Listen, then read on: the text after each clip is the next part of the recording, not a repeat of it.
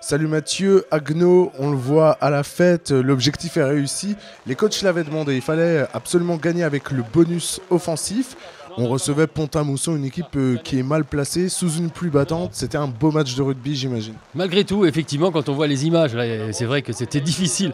On s'est dit, on va peut-être un petit peu s'ennuyer, ça va peut-être nuire au jeu. Mais non, pas du tout. Haguenau, avec sa qualité de jeu, on voit que tout de suite, la première banderie est mise avec cette superbe essai collectif, et bien sûr aplati par Nicolas Tisani, qui va être un des meilleurs joueurs sur le terrain, avec Thomas Abbé et Jérémy Deck, un jeune joueur qui devient le poulain de plus en plus de Nicolas Tisani. Vraiment, ces joueurs-là, ils vont un trio majeur qui va vraiment mettre Haguenau dans l'excellence. Parce qu'il fallait recevoir cette équipe. Pont-à-Mousson est une équipe très accrocheuse. Ils sont certes avant-dernier du classement, mais c'est une équipe qui perd toujours de très peu.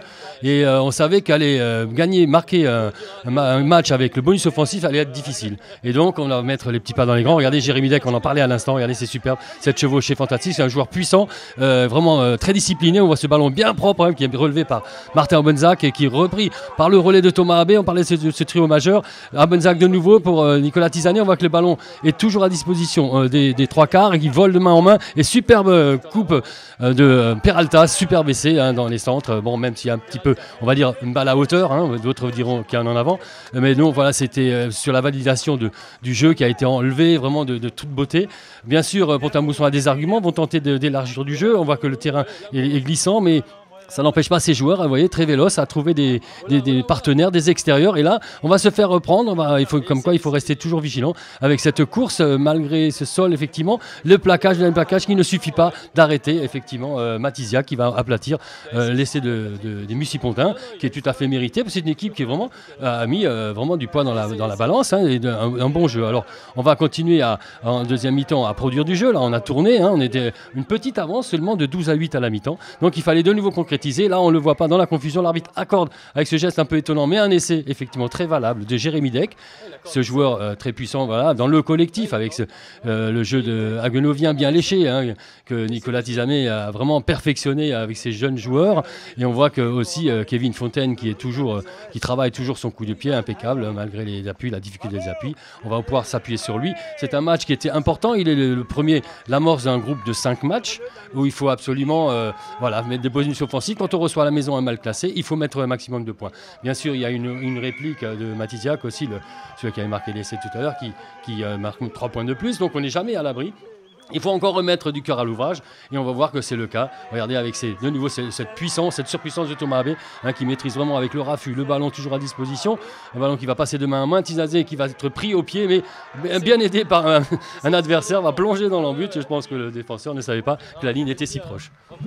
Tu dis que c'est important de prendre ce bonus offensif. Pourquoi une 5e place, il faut l'accrocher aussi. Mais voilà, c'est-à-dire qu'on a quand même derrière la tête l'idée de pouvoir se qualifier championnat de France, c'est-à-dire passer des tours. Évidemment, peut-être pas la montée, on n'est peut-être pas encore armé pour monter en Fédéral 2, mais ça marque aussi les esprits pour la suite, pour la saison prochaine. On est là, on dit on n'est pas loin, on est dans la vérité. Maintenant, on sait qu'on peut avoir avec les joueurs sur lesquels on peut s'asseoir, on peut compter sur eux pour l'année prochaine, étoffer le groupe évidemment et passer 1 ou 2 tours cette année, c'est-à-dire que là, si on est dans les 5 meilleurs, on peut effectivement jouer les championnats de France, ça fait rencontrer d'autres équipes de la poule et ça va donner des assurances aussi. Et puis voilà, comme on dit, regardez ici Julien Benoît, pareil, de nouveau aussi un joueur très puissant. On ouvre Martin Obenzac, Kevin Fontaine qui est dans la coupe avec Christian Rumpf, un joueur qui nous revient après 4 ans d'absence, un joueur très puissant aussi, et de nouveau Tisani, de nouveau avec une pirouette cette fois-ci, marque le hat-trick, donc c'est super. Il a montré l'exemple, il avait envie, on avait parlé au début de ce bonus, il a montré à tous ces joueurs que voilà, c'est comme ça qu'on y arrive. Il faut être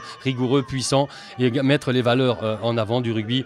Ici encore avec Jordan Essig, qui est encore un jeune du club de la formation de Haguenau, qui est monté en première, avec aussi Volodia, où on a tous ces joueurs, Sylvain Florio, c'est des joueurs vraiment du cru et qui montrent maintenant que Haguenau est en train de prendre une dimension supérieure, même si ici on se trouve en fin de match, mais ça ne va pas nuire au bonus offensif, qui était effectivement l'objectif de l'équipe.